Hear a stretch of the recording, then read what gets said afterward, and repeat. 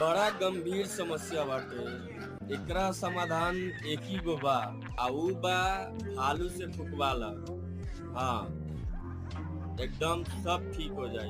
100% natural, एकदम नो झंझट, नो side effect.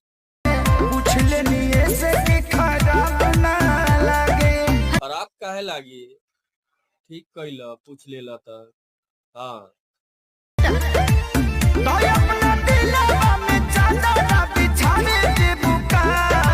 देखा मैडम जी, ए में खटोली के जगह नहीं के, आ तू चदरा बिछावे के बात करत तारू। साफ सठिया गइलू है का? हैं? अच्छा, ठीक है।